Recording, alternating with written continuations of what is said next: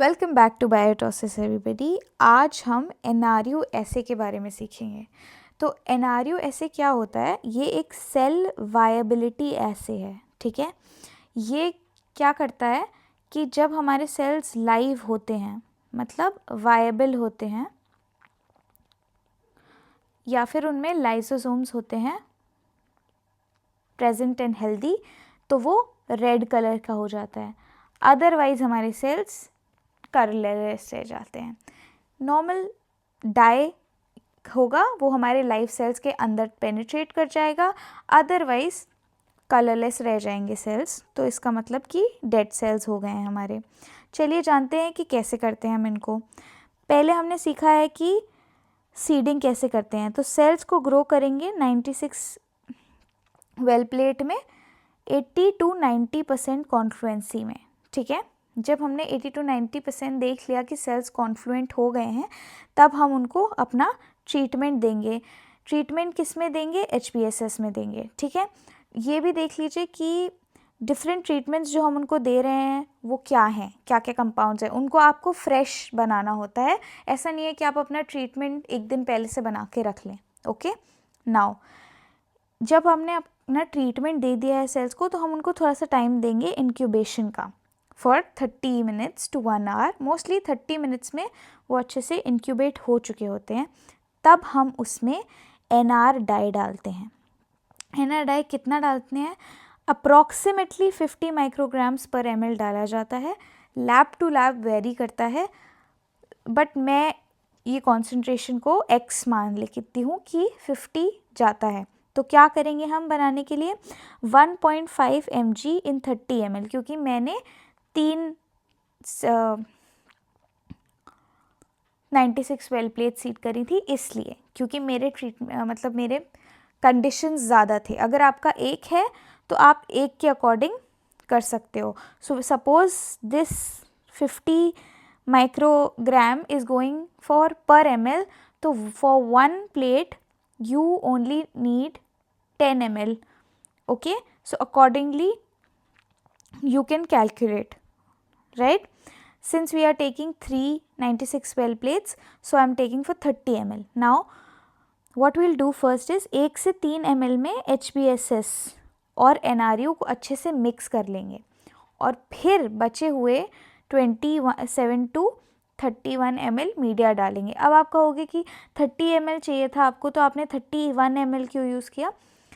पाइपेटिंग में अक्सर जब हम इनिशियली स्टार्ट कर रहे होते हैं स्पेशली, तो बबल्स आ जाते हैं, जिसकी वजह से बबल्स जो बनते हैं वो एक्चुअली तो हमारे लिक्विड से ही बनते हैं, तो वो लिक्विड आइडियली कम हो जाता है। तो जब ये लिक्विड कम हो जाता है तो लास्ट की वेल्स में हमारे पास कुछ डालने को नहीं रहता है। तो अगर आप 1 ml एटलीस्ट बफर लेके चलोगे कि एक्स्ट्रा है, तो आपके कभी भी कम नहीं पड़ेगा। ओके, नेक्स्ट, जब हमने डाई डाल दिया है तब हम 3 घंटे का इंक्यूबेशन देंगे, ठीक है।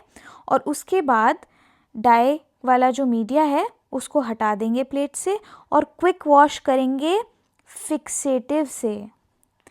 जब हम MTT कर रहे थे तो हम क्या डाल रहे थे? DMSO डाल रहे थे, ठीक है। अब हम फिक्सेटिव डाल रहे हैं, और याद रखिए कि हमें क्विक वॉश करना है, ठीक है। उसके बाद हम डिज़ोल्विंग सोल्यूशन डालेंगे। डिज़ोल्विंग सोल्यूशन डाल के हम 10 to 15 मिनट्स रॉकर शेकर पे रख देंगे फॉर मिक्सिंग।